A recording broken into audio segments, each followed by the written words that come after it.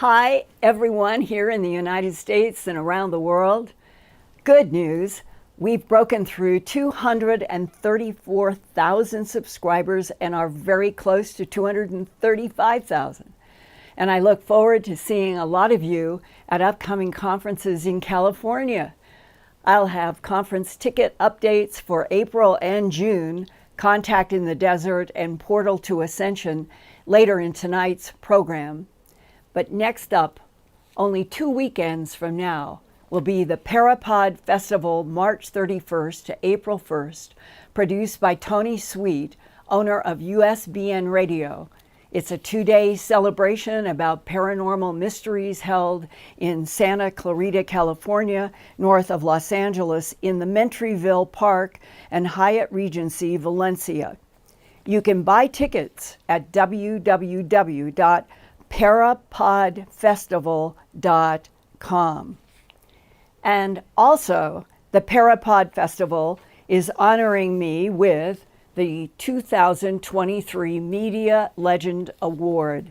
And I am excited to share one of my favorite and evolving investigations with you all. From brains to galaxies, the key is frequencies. Frequencies are also a key to how UFO, UAP intelligences abduct humans into aerial craft from cars or bedrooms or other Earth sites. Some people even remember rising in a beam of light or passing through walls and windows. The ET technologies control frequencies at deep quantum levels to manipulate atomic particles, photons, timelines, and to interact with different dimensions. Some human scientists think the key to faster than light point-to-point travel in this cosmos is to learn how to move in and out of the 10 dimensions that make up this particular universe, where we humans are in the 3rd dimension. A couple of years ago, NewScientist posted this headline question: can the human brain register higher dimensions? Theoretical physicist Albert Einstein also thought about dimensions and the speed of light. And here is a quote attributed to him, but not sourced. Quote, "We humans are slowed down sound and light waves. We are a walking bundle of frequencies tuned into the cosmos. We are souls dressed up in sacred biochemical garments, and our bodies are the instruments through which our souls play their music." Close quote. And theoretical physicist David Bohm wrote in his great 1980 book, Wholeness and the Implicate Order, quote, "Quantum theory is an indication of a multidimensional implicate order in which one discovers that the various particles have to be taken literally as projections of a higher dimensional reality, which cannot be accounted for in terms of any force of interaction between them. It's an unbroken wholeness in which consciousness is no longer to be fundamentally separated from matter." Close quote. In other words, consciousness and matter are like different frequency reflections of each other. And manipulating that level of physics is where allegedly the advanced non-human intelligences and their UFO, UAP craft and technologies excel. After I read David Bohm's 1980 mind-cracking book, Wholeness and the Implicate Order, I received, a decade later, these 114 pages. Received this in 1990, and they were entitled Blue Planet Project, about alien technical research and alien life forms, code ARAMIS, Roman numeral 3-ADR3-24SM. Several of us in 1990 apparently received in the mail as I did, anonymously, and I've had these 114 pages since 1990. And then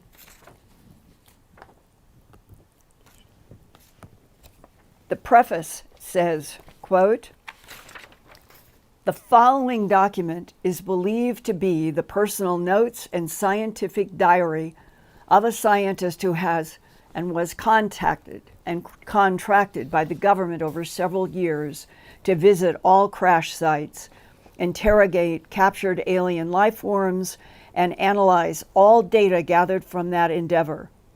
He also wrote notes on or about any documents which he came in contact with, which in any way related directly or indirectly to the organization, structure, or operation for the collection of such data." At the bottom, it says, "At this time, to the best of the data we have available, there are at least 160 species or races of aliens from different galaxies, stars, and planets we have encountered.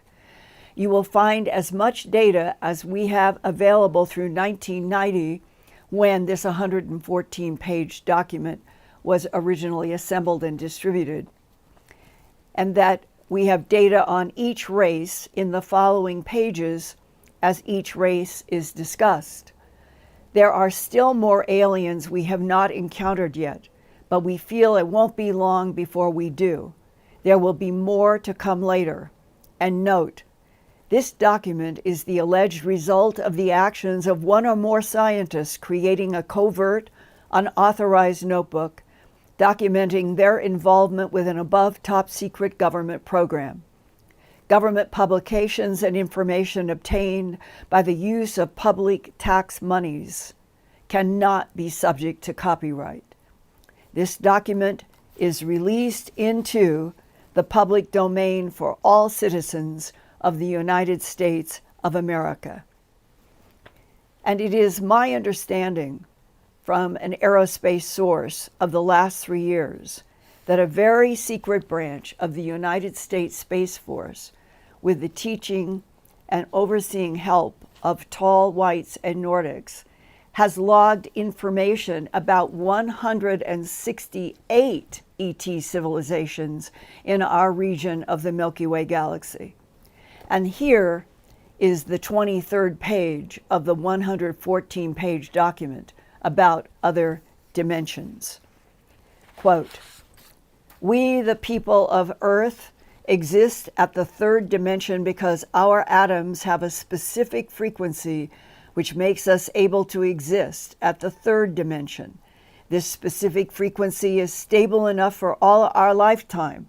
And one quick idea of dimensions tells us, first dimension is just a plain point. Second dimension is 2 points together connected by a line. Third dimension is density, volume, us, and our universe. Fourth dimension is time. Our main interest in this report is the fifth dimension, parallel universes, or the multiverse. That's the whole idea behind the multiverse concept, not just one universe, but an infinite number of parallel universes. Using math to make a simplification of this concept tells us that there are no limits of the higher or lower number that exist. It's impossible to figure these numbers, like it's impossible to figure the extension of possibilities of the multiverse. If we are capable of accelerating or decelerating the frequencies to make us able to exist in the third dimension, we can jump to the fifth dimension or the multiverse. I never knew who the original source of the Blue Planet Project was. But in a strange echo from 1990 to now, 33 years later, at the end of January 2023, I received this digital link to the same Blue Planet Project pages that I received 33 years ago on paper by hard mail from an anonymous source. And this time You can read all 114 pages for yourself, and some pages are shocking. I am trying to understand what the biggest picture truths really are. And that brings me back full circle to cosmic frequencies and our human brains. Back in 1983, I was told that a gray extraterrestrial biological entity was retrieved from a UFO crash in 1949 near Roswell, 2 years after the July 1947 Roswell UFO crash headline went around the world. Allegedly, the Eben-type gray rescued from the 1949 crash was taken to Los Alamos Lab about 35 miles northwest of Santa Fe. It's my understanding that the U.S. Air Force captain was able to communicate telepathically with that Eben and did daily question and answer sessions that were filmed for human generations that have still not seen them. But I learned that one of the questions was, is reincarnation real? And the gray Eben answered telepathically, quote, reincarnation, the recycling of souls, is the machinery of this universe, close quote. Tibetan Buddhists believe that every High Lama who dies can be reincarnated, and the Buddhists think there is a connection between the release of a soul and balls of glowing light that can be seen hours or days or weeks or months later.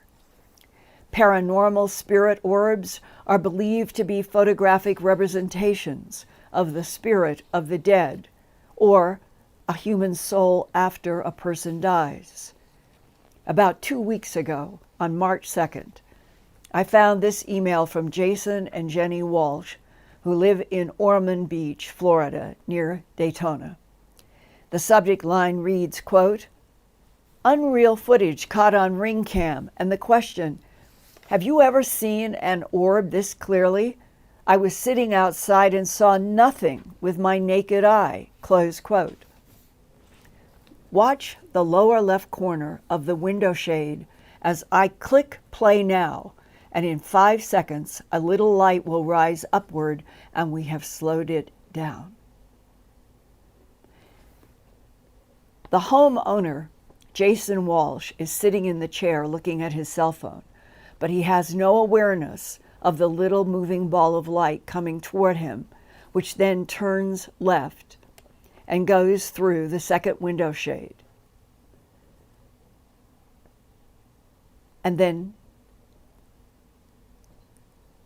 comes back outside, crosses the patio toward the ring camera, and then goes down out of sight in the lower right corner and does not return. I called Jason and Jenny, and here is what I learned. Prior to the video being caught, my wife's brother had passed away about 18 months prior. Since this has happened, we've had some deep conversations, trying to come to terms with it.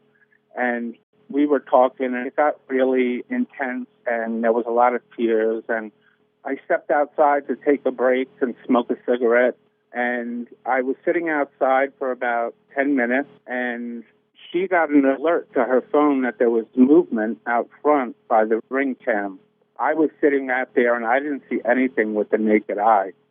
And normally when I'm out front, she doesn't look at it because she assumes that it's me. But for some reason, she looked down at her phone, and she saw the video. Trying to understand, is he just gone? What happens to his soul, his spirit? Where is he? Is he still around? And I was having trouble trying to wrap my head around how I could communicate with him. He was here one day, and then he was gone the next day. And when it's so sudden like that, he had been sick, and I knew that he was going to pass away. That was one thing. But for it to had been together the night before, and then the next morning found out he had died in the middle of the night, that was troubling. Did an autopsy confirm cause of death? Yes, it did. What was it? Drug overdose. What was the drug? Heroin.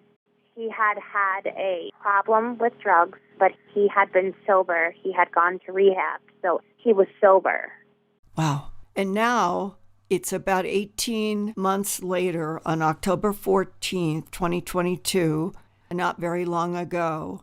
And you and your husband, Jason, are sitting in your house and you are trying to deal with the emotions that you're feeling about the puzzle of your brother dying at age 29. Right. And then how did you discover the light on that Ring.com video that would have been running at the same time that you and Jason were talking about your brother? My phone alert went off, and when I looked at the phone, that's when I saw the orb or light. And I watched a few times trying to figure out what it was, and then I went outside to show Jason and asked him, did you see something? And I said, check out this video. Did you see a light? Did you see anything when you were sitting outside? And he's like, I didn't even notice anything. And did you then, that night, after watching it over and over, talking with Jason, did anything come into your thoughts that gave you a sense that this really might have been your brother that died at age 29? He looked at me and he said, I think that was Mikey. That was my brother's name. As soon as you said that, I got goosebumps from the top of my head to my toes. And I said, I think you're right. I felt as if that was Mikey coming to validate that my feelings were okay or to reassure me that he was here. Such a powerful conversation like that. And then that happened. Right. And I'm a firm believer that there's so much more out there than we know. And some things that we cannot understand, we can't explain. I like to feel that I am connected with my brother. So I definitely felt like that orb was his essence, his soul, his spirit, something. Why do you think it is so difficult for humans to relate to a kind of ever-recycling process of reincarnation, and that the soul goes in and out of various lives and body containers, but that the soul continues? I think that they're scared of that. If I never experienced what it was like to ride a bike, I wouldn't believe that it was fun until I did it. I had a dream right after he had passed. He hugged me in my dream. When I woke up, I felt it. I could still feel his arms around me. I could still smell him. So for me, that was enough to say, hey, there's something more. Where did your soul go? Where does your energy go that's in you once you've passed? It has to go somewhere.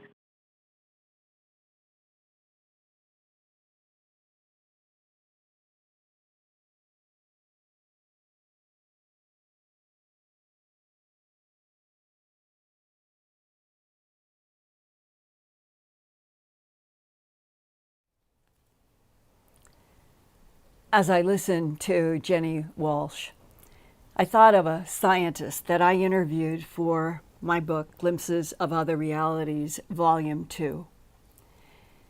And in there, we talked about the full scope of what we were describing in this book as the game board for souls, spirits, and bodies of humans, extraterrestrials, angels, and time travelers that might be beyond human ability to understand. And the man that I was talking to in this book was a scientist who at the time lived in New England. And he had been abducted by gray beings who actually repaired his heart. It had been diagnosed with damage, and he was abducted, and the ETs repaired the scientist's heart. And he told me that he was shown holograms that depicted a series of universes in pairs, mirrored images, each the opposite of the other, from the subatomic to the macro. And he said, quote, our universe is paired to another one too, which is completely opposite of this one. There, the skies are glowing white with dark suns, colors are indescribable and iridescent, and time flows to the past. Like a conveyor belt, at the moment of death in our universe, we move through a tunnel into the mirror universe where it's all light. There, time moves to the past and souls return back here. We all have so much to learn. And my UFO, UAP whistleblower files continue to expand with more firsthand information from people in aerospace, military, science, and medicine. And so upcoming, I'm going to be cracking open some of those UFO secrets at Contact in the Desert, the first weekend in June 2 to 4 at the Indian Wells, California Renaissance Resort, and at the upcoming Portal to Ascension conference in San Diego on April 21st to 23rd. That's the same weekend that an aerospace source told me last year that the Pentagon had plans to use the Webb telescope to announce that a biological signature has been confirmed in an exoplanet's atmosphere. And one likely solar system is TRAPPIST-1, about 40 light years from Earth, where the fourth planet from the sun is Earth-sized and likely has a rocky land and deep water in the habitable zone. But will the powers that be announce their actual knowledge about other advanced intelligences, whether there or any other solar system? I wondered that question when I saw this March 9th, 2023 Military Times headline, quote, Pentagon UFO chief says alien mothership in our solar system possible, close quote. And the Pentagon UFO chief quoted is Sean Kirkpatrick, director of the Pentagon's All-Domain Anomaly Resolution Office, also known by the acronym ARROW. His actual quote was in a research report co-authored by Avi Loeb, former chairman of Harvard University's astronomy department. Kirkpatrick's comment was about, quote, an artificial interstellar object, perhaps camouflage UFO, that could potentially be a parent craft that releases many small probes during its close passage to Earth, an operational construct not too dissimilar from NASA missions, close quote. As the Pentagon, and is the Pentagon finally going to open up the truth? Whatever happens or doesn't happen in this late April, I will keep trying to bring you, the Earthfiles YouTube channel, many more truths and whistleblower revolutions as we move forward in this year of 2023, where it seems increasingly important that we turn into a planet of truth instead of lies, that we turn into a planet of compassion instead of hatred. And that discussion with that doctor so many years ago when I was doing Glimpses of Other Realities, Volume 2, that if we understood the whole big pictures, like that incredible illustration of the infinite number of universes all in a multiverse, if we really truly understood, maybe we would feel excited about moving forward into a future where all of the powers that be would be also enthusiastic to introduce what they know about other intelligences that, just like on Earth, range in a bell-shaped curve from friendly, neutral, to hostile. It's the universe we're in, it's the planet we're on, and we should be able to keep going in the future with truth and facts. So I say a big hug to all of you who are here tonight, and that this is what we're trying to do at the Earthfiles YouTube channel, keep cracking open truths.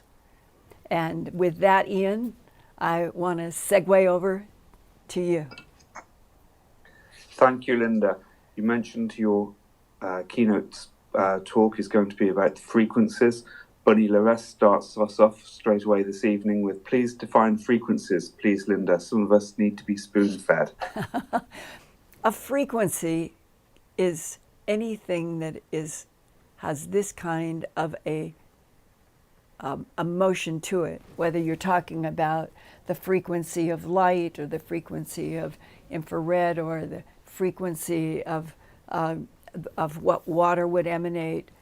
It is an oscillation, and I'm sure that there is a physics. You can go and look up when you talk about an oscillation, you can, and frequency, you can look it up, but that is essentially anything that has this kind of a motion, no matter how fast and no matter how slow. Ian, do you want to add to that? No, I think the best thing is to watch perhaps some more information on that and build on this. Yes. And if possible, attend the conference and watch that presentation. Exactly. It's a fantastic presentation. Yes, exactly.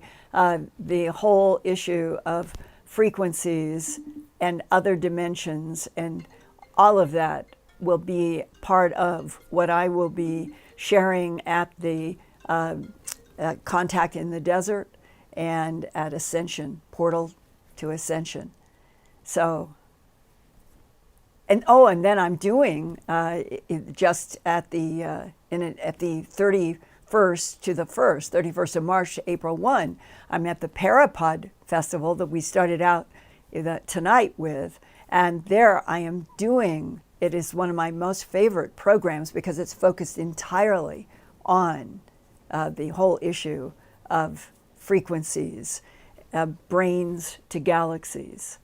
So I know we'll have some fascinating discussions at Parapod, Contact in the Desert, and Portal to Ascension.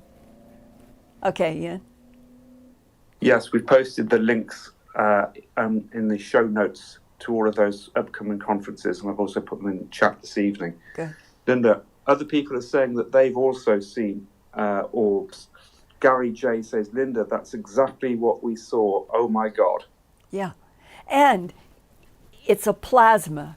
And remember, it was only about a month or so ago that I had Robert Temple on about his book about a new physics of heaven. And the plasmas, we put that big number up, 9, that the universe is 99.999% plasma. The ball that was caught on the ring camera, that's a plasma. And the idea that so much of the universe we're in is plasma, it suddenly seems to me to put a landscape out in front of us, at least to consider, that plasma could be the fabric of the soul, and that is what is released, how it times itself in terms of returning to some place. Jenny and Jason, in talking about what happened to Mikey, that it's about 18 months ago, but they got the video in October, just a few months ago. And what would be the mechanism of the back and forth of plasma coming out of souls in this universe and then moving into another completely different opposite universe, as the scientist told me in this interview that I did in Glimpses of Other Realities, Volume 2. For me, I find that this is where my mind and my heart and my soul keep wanting to go, is into complexities that for the most part humans avoid because they seem too difficult. But the more I read and the more people I talk to and the more I began to sense that we're in only one universe. And it was what I've told you Roger Penrose said. There could be an infinite number of universes, and not singularities, but that how the universes would come and go, would be in cycles of infinite time, cycles of infinite time. And these are not concepts that we are used to thinking about daily. But the more I do get into them, the more exciting all of it becomes. And if there are hostile other intelligences that our governments are so worried that we couldn't handle being told the truth, that we're not alone because there are so many potential problems, I think it's unfair. Because if there is a multiverse, an infinite number of universes, and that the soul is going to be, let's say, the conveyor of information in and out through plasmas, why can't we know about it? And do other beings do the same thing? Or are there just certain beings that have the plasma souls that seem to be so strong and recycle?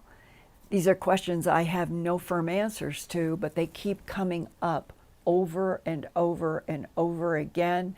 It doesn't matter whether it is a person I interviewed last week who is a humble citizen with a fantastic story in their own life of their interactions with other beings, or with a scientist who has a sophisticated understanding of physics, but when it comes to interacting with telepathy in a being like a tall white, it's almost overwhelming. It's the landscape that we're on and we're in, and we're worrying about nuclear war. We're worrying about people killing each other because of the color of their skin.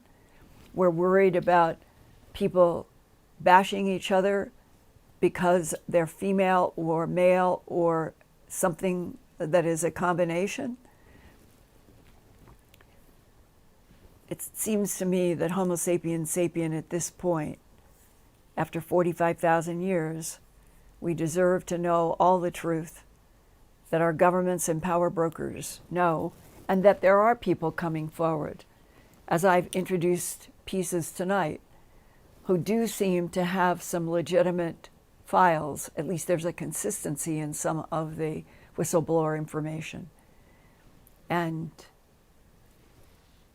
have a sort of like, we need to have a gear shift where we can all come together and we can be exposed and we can read, and then let the discussions go on to perhaps a level with somebody who may have to have their voice altered in order to be recorded, but that if that's what it takes, like I did with Spartan 1 and Spartan 2 in my Antarctica documentary, then let's go in directions where we can hear and learn the truth. Okay, Ian. Okay, Linda. Santana Burish says, Linda, what are your thoughts on orbs with spirits and how they might be connected to the extraterrestrials? So interesting how everything is truly intertwined. Much love to you. Much love to all of you for thinking, for asking questions, for coming. I do not personally understand or have a working hypothesis about how the plasma that we saw come over Jenny and Jason's patio, and that they relate to Mikey, the brother who died at the young age of 29. But the balls of light or plasma have been reported in the Himalayas, in Tibet, in that part of the world for centuries and centuries. They have been associated with the passing of the life force out of a body, and then the possible return of the soul coming back into another body. And that has been one of the cultures on Earth that has always had this story.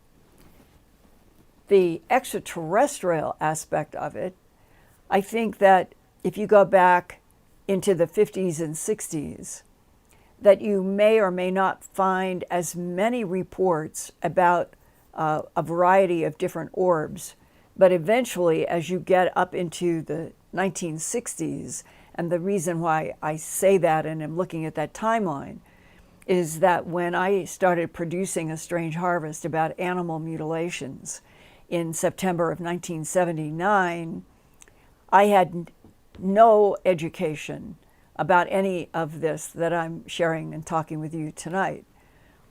And as I got into the mutilations that led through sheriffs and deputies and ranchers directly to UFOs, beams of light, seeing the animals go up in beams, and people talking about orbs or little round lights that could vary from the diameter of something like a nickel and then up to a golf ball and to a tennis ball, to a softball, up to a soccer ball.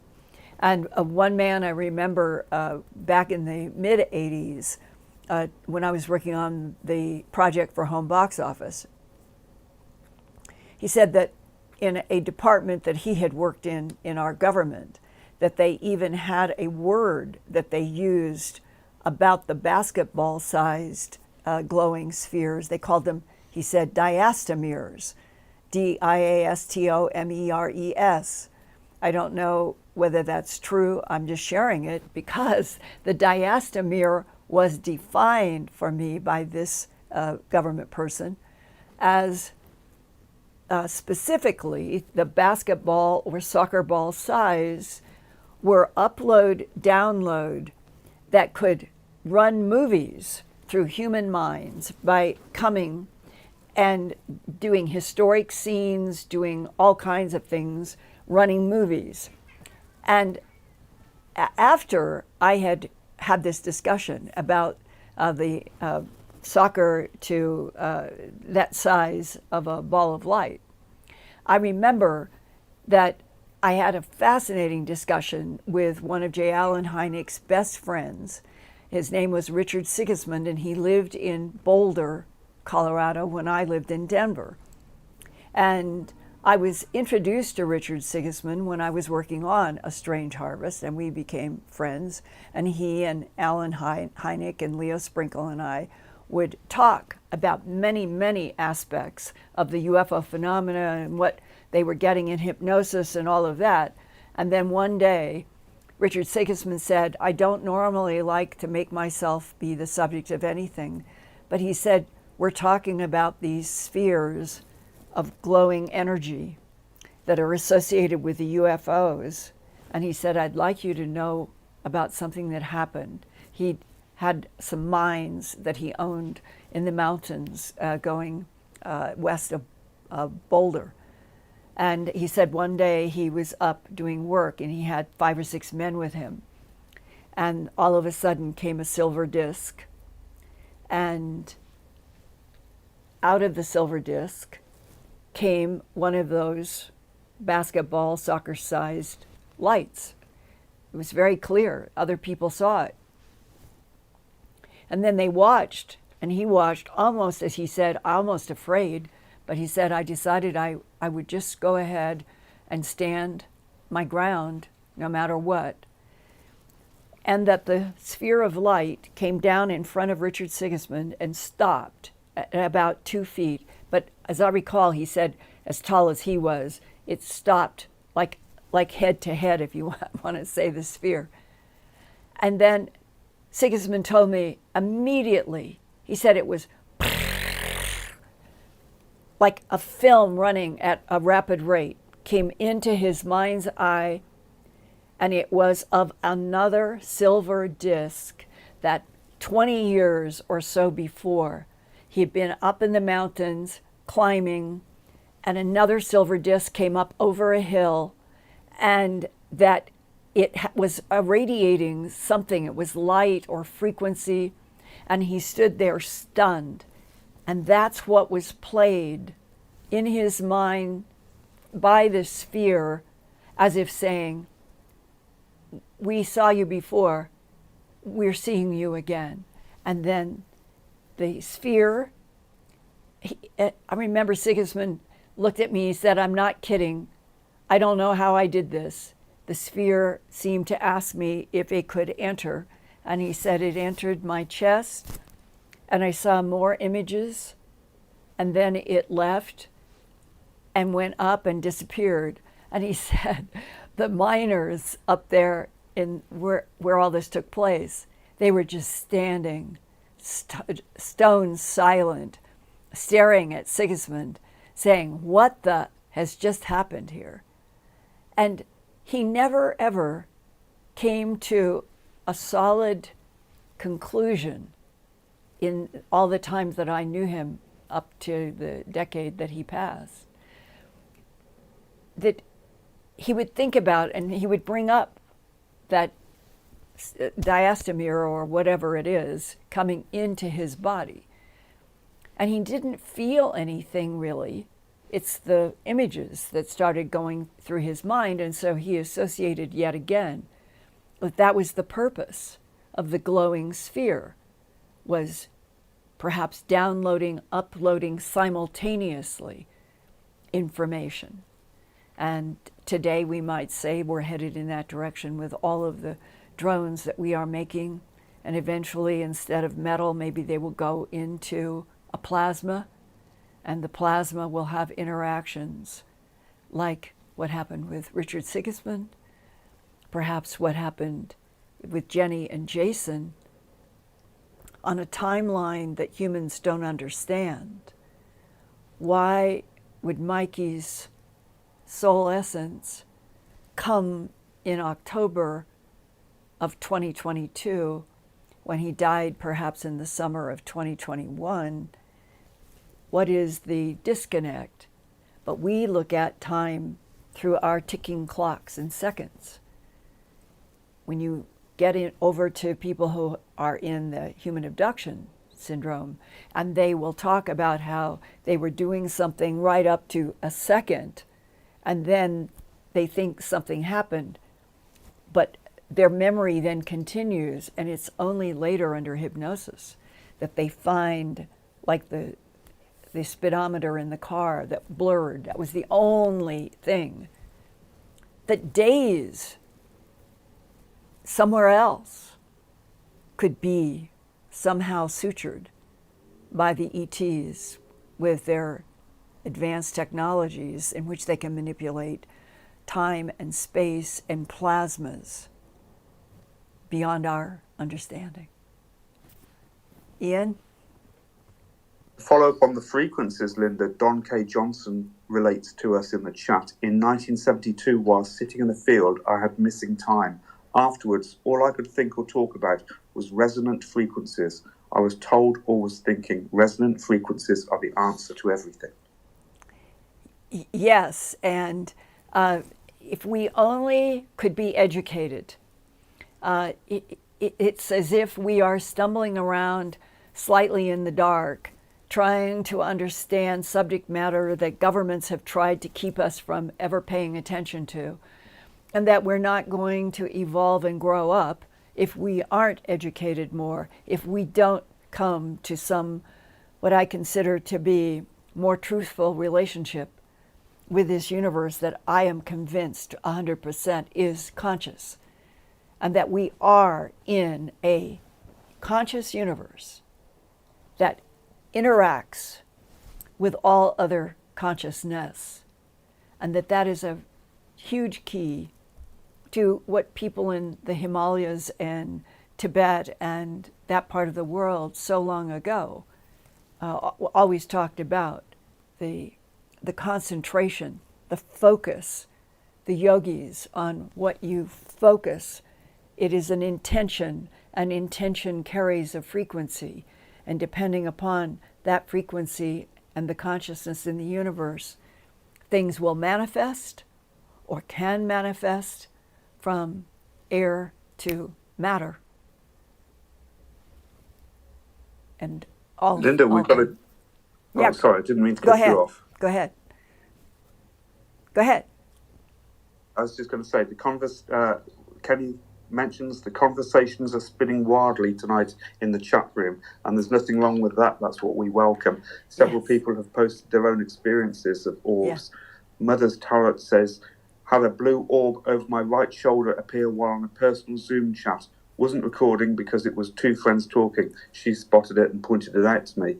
And Linda Myers says, my mum saw several red orbs fly through an unopened window and slam into the wall across from the window on several different occasions. She told a few people that didn't believe her, and that was back in the 70s. Right. And the issue of plasma being 99.999% of this universe, this particular universe, and that it makes sense, doesn't it, Ian, at some basic level, that much of the universe being made of plasma, that it would be an ingredient or maybe the entirety of the information processing machinery of this universe, which would be the souls gathering information in and out of different matter and time existences. Yeah, I think it's hugely complex. And Montauk Time Lord in the chat says, I think orbs are more than just balls of plasma. I think they must be a 3D manifestation, higher dimensional entities that contain discarnate out-of-body souls. And that is a very interesting thought as well, that dimensionally we're in third. When I did the interview with Tim from Germany for the Gaia Truth Hunter series, we talked a great deal about Tim talking to me, both on and off camera, about how that there are other intelligences that he was aware of who feel that humanity needs to get from the third dimensional frequencies to the fifth. And when I asked why, there was this surprising answer. He said, because the next step up would be the fourth, but the fourth dimension currently has a lot of reptilian presence, and we would rather, meaning the royal we, the beings that he has communicated with in Germany, they would like to see humanity as a whole get out of the third into the fifth.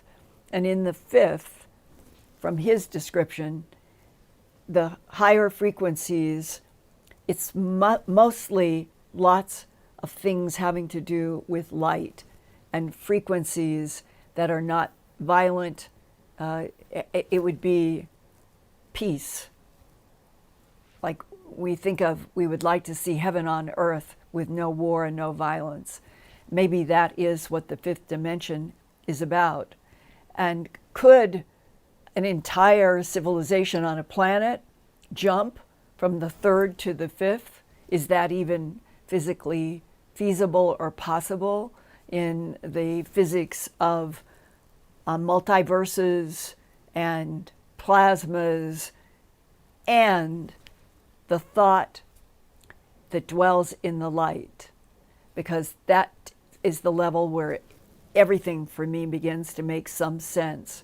That no matter how many multiverses, no matter how many billions, trillions of suns in this universe, that there is this sense of a consciousness with a capital C that is somehow interacting with, responsible for, and evolving with all of this that is happening in the 99.999% plasma, an ingredient that may very well be what the souls, infinite number of souls, are also made of, and that they can interact in different dimensions. Okay, Ian? It's interesting as well, Linda, that with the movie Everything, Everywhere, All at Once coming out and swooping up all of those awards, that's become very mainstream and is suddenly thrust into the forefront of everyone's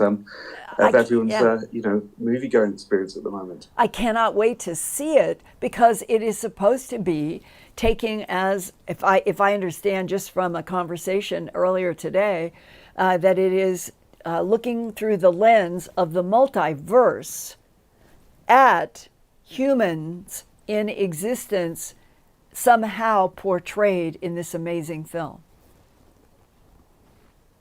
Right, I think that it's suddenly becoming mainstream, and a lot more people will be now tuned into it, and a lot more people will be interested in following this up. What else have we got in terms of the gestalt of where people are in relationship to this particular program that I did, in which I just wanted to weave many things through that whistleblower release and the Blue Planet Project as sort of like tonight's lens coming through people who have been trying to release a lot of information, and what we're lacking is the formal, official, credible support or whatever would be said. Because when you read the Blue Planet Project, it is a sobering read in many, many respects. And I know a little bit about some of what it talks about as being true, and therefore it increases for me if there's a lot of accuracy in this Blue Planet Project. And why now is it now being infused back into this discussion as we are getting to April and what might be on the JSOC Pentagon Planning Board, that they are finally going to use the web to open up at least biological signatures. And why is it taking so long for all of this to open up truthfully? That is what we all need to be asking ourselves, and perhaps asking every person, senator, and House, on the House side, Congress.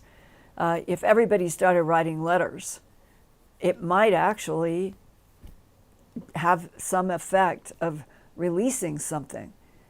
The public, I think, is long past due, even the darker, more difficult subjects.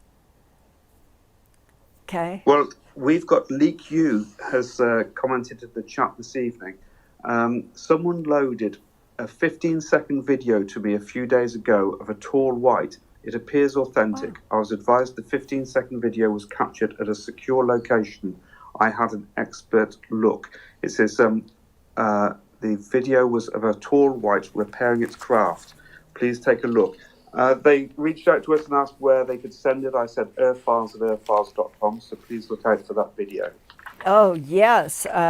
And is there any more detail about the context of it? I don't have any more detail at the moment, but leaku.com, if you're in the chat, please give us some more information, or please contact us directly at earthfiles@earthfiles.com. We'd love to hear more. Linda, can we go to the super chats now? I've got quite a lot of them lined up this evening. We've got Moonbird, Pip's Mama, Caroline Boyce, Joe Winokur, Terry D, Patty London, Yin Yang Glow, Jinx Masters 95, Air Vesto, Stephen Adamski, Northern Lights, Forest Lady, Santana Berish, leaku.com again, Vasilis Lolos, and also Whisper of Love. And Whisper of Love says, Linda, what is the best thing you like about doing your show on a Wednesday night? The best thing of all is feeling in an agape way, as the Greeks would say, is feeling that there's a whole bunch of us who are on the same frequency and who like coming together on Wednesday nights with me, hopefully, providing a lens that is different each Wednesday so that we're getting facets of this huge truth. We're not alone in this universe. Never have been. It is teeming with consciousness. The whole universe is conscious. And that is, I think, why I love doing this so much, is it feels like that there is a resonant frequency between all of you. Some of you write the most extraordinary, intelligent, heartfelt, soul-felt emails. And don't all of you feel that there is something about our being bound with each other about wanting to know truth in a world that seems bent on lies as policies for the foreseeable future, as if the earth has been so woven with so many lies, so many policies of denials, so many favoritisms to certain percentages, that now when it feels like we're moving into what could be serious problems in terms of climate, the sun, there are various things that astronomically could be happening as they would in any solar system. The universe is not an all peaceful place, never has been. And there is something, I feel it. I feel like it's right there from all of you, that you come because we are learning together, and that there is something about reaching to try to understand a future with or without extraterrestrial civilizations interacting with us. And if you extend your mind down the timeline in which there would be nothing else ever, versus the possibility of interacting with those that manipulated DNA in already evolving primates on this planet to create the various lines that ended up going through Denisovann and Neanderthal and ended up currently with Cro-Magnon, Homo sapiens sapien. We are somebody else's project, an experiment. And it doesn't bother me to know that and learn it. What I'm inspired is, all right, we are a conscious life form. And we've been told for a long time that we were the only intelligent life in this vast universe, and that that's wrong. And now, more than ever, it seems that humanity has to start working together. We have to see each other as a positive being that reflects us. The us and the we are the same. And that if humanity could get past all of the strife and divisions and manipulations, and we had bigger issues in which to work toward, to try to understand and collaborate publicly with tall whites, maybe it would change all possible futures away from destruction to evolution and positive energy. I guess that's my big picture. That's what I want to see happen. And when I am with you guys and we are sharing, I don't feel judged. I'm not judging you. We are sharing information that is being denied to us as a species on this planet. And the only way that we have of learning anything is to talk to each other. So. Yeah, Linda, we've got a great comment here from Edward William Case. He says, we will learn that we've been lied to about everything. And Peter Cowell comes back with, I feel at home when I tune into live Earthfiles shows. Thank you so much. You're reflecting what I'm saying. And I do want to put in, I honestly mean this. I feel a kind of ache in my heart when I think about some of the people that I have known who have worked in the Pentagon, who have had a difficult road to hoe, where going back to World War II, some of the stories, I can sort of understand why the political layers, Truman, MJ-12, Eisenhower, I know did treaties with at least one extraterrestrial group. And that they were afraid in the context of a war where Hitler was talking about a collaboration with ETs, that he was going to take over the planet with the ETs. All of that was sort of background in World War II. And then Admiral Byrd goes down to Antarctica, where they have either what you would call secret information or public information about Hitler working with ETs in Antarctica, and Byrd goes and something happened, and everybody knows that he probably had silver discs that came out, and that's why the Byrd expedition came back to the United States early. Whatever facet is absolutely true, and none of us have the truth laid out in front of us by any political body. I can have tremendous sympathy for the people that were trying to deal with the 1930s into the 1940s and what became the horrible World War II. And out of that, you can see why. You can see Truman feels desperate. He, on September 18th, 1947, he created the Central Intelligence Agency. And it was largely created by Truman, as I understand the truth, in order to try to deal with what are these craft? Who are these beings? What are we dealing with? Meaning the crashes, of which the one that went public was July 8th, 1947, in the Roswell Daily Record. The whole time must have been so difficult for all of the leaders of the world to have a handle on what is the truth about this war. Started having to do with Hitler and the Nazis and things about Antarctica and all of it. It would have been tremendously probably terrifying and confusing and a whole lot of things, but our government began to get sources and understanding that they were dealing with extraterrestrial, biological entities and extraterrestrial, non-biological entities, tremendous amounts of artificial intelligence on the Greys. And out of fear and wanting to keep society civil and peaceful, that's how policies of lies and denial begin.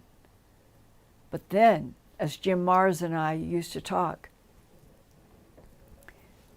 reality became classified. It's the way I've looked at it for years. And in that classification, reality is classified, and therefore you have to make up a whole new set of everything in which to work to keep the policies of denial in place, while a whole other truth unfolds and keeps unfolding for the next 85, 90 years. And now we're on a planet where political parties are manifesting just around the issue of who is going to tell the political truth or not. And the manipulation of politics, the manipulation of money, the manipulation of corporation businesses, there's so much that is being done to keep the general world from knowing anything except what they can sell, something they can sell to the public. That's the only interface that the powers that be seem to want. And I don't think that works. I think that eventually that there will be writers and biographers that will look back to the 20th and the 21st century, and the big box in which it all existed was this rough ride of a transition from religions and governments saying we were alone in the universe when the truth was the opposite. And that out of a culture that lied in order to keep peace, those lies became toxic as they went forward, and we are now in classified reality. It's crazy. It's upside down and backwards. And I also know, without a question, that the men and women who have been riding this bucking horse from World War II to now, that some of them are exposed to information about the hostile ones that probably would give them pause about opening up everything to the world.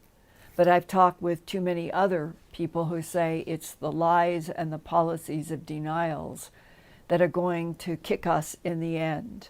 And we need to have the whole huge, gigantic story told. And then humans might be able to get on an honest foothold and go into a future in which that agape love that the Greeks talked about so much, we would be fellow beings trying to learn how to evolve into this incredible universe that has black and white pitted against each other, like the yin and yang symbol from one end to the other. But if we knew the whole truth, then fighting for peace, fighting for truth might just be so natural. And that in the end, the recycling of souls, reincarnation, the machinery of this universe, the Eben telepath to the Air Force captain. That's the truth. I want to know as much about that truth as I can possibly learn in this life. And I know a lot of you do too.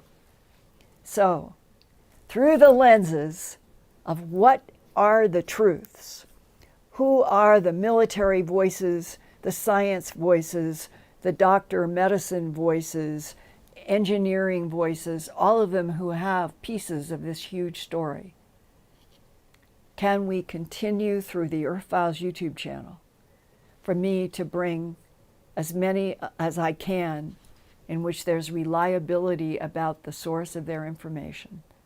And we continue to evolve, I hope, with the governments finally deciding that they will tell the whole truth. And then all of us will be on a new learning curve. And in the end, being on that learning curve may be what saves humanity on Earth. And on that note, Ian, I would like to see if there's one more comment or one more question. I just want to squeeze in before we close. The YouTube presentation is available every week as a podcast, so people can download it and have it as a podcast, and that goes out every week. And also, here's the last final let's say comments. Zombie Lover says, this show has helped me in so many ways. And Christina Ledesma Jimenez says, we need truth, and now is a good time, a great time to lead us into the truth to our reality. And all of you help me keep getting to those truths. There are so many of you, I know there are, based on just what I receive in email and letters and shipments. You know you've had interactions with extraterrestrial biological entities in your work, in your life. And if you can draw or get illustrations, it helps a lot for people to see through everybody's eyes if you can provide illustrations. And that the more that I can bring in the interviews, the voices of professionals who are speaking, and then that would include pilots as well, then it seems what I continually see is when I do a deep dive into, say, a military person's experience, then there's a whole bunch of people who have never spoken up before. That's what is the most common first sentence. I have never told anyone this before. That's what I see the most. And in seeing that, I just want to hug all of you and say, just let me know. Give me your straight, honest, detailed stories with illustrations, and we will keep sharing.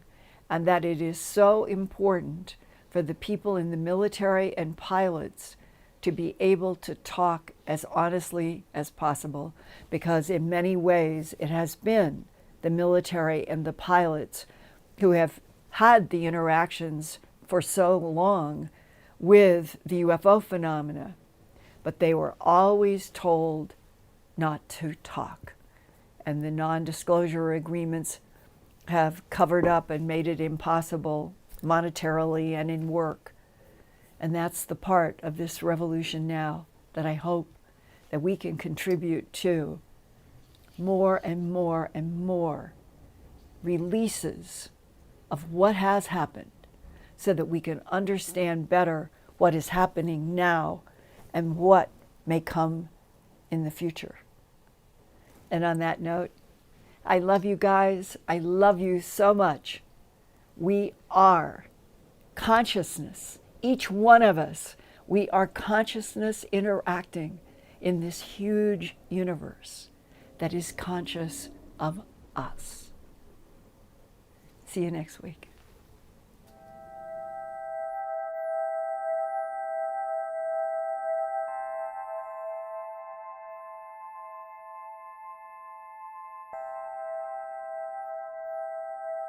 Turn on closed captions for YouTube videos by clicking the white CC button on the lower right. The default language for Linda's videos is English. If you would like to see the captions in another language, click on the white settings button next to the CC button. Select Subtitles CC, and then select Auto Translate. Select a language, and the captions will now appear in that language. Sort of gone through, and they will hold their heads. I never had a cat do that before. And they'll pull against the comb, helping me get out snarls. And I think it's the best they've ever been.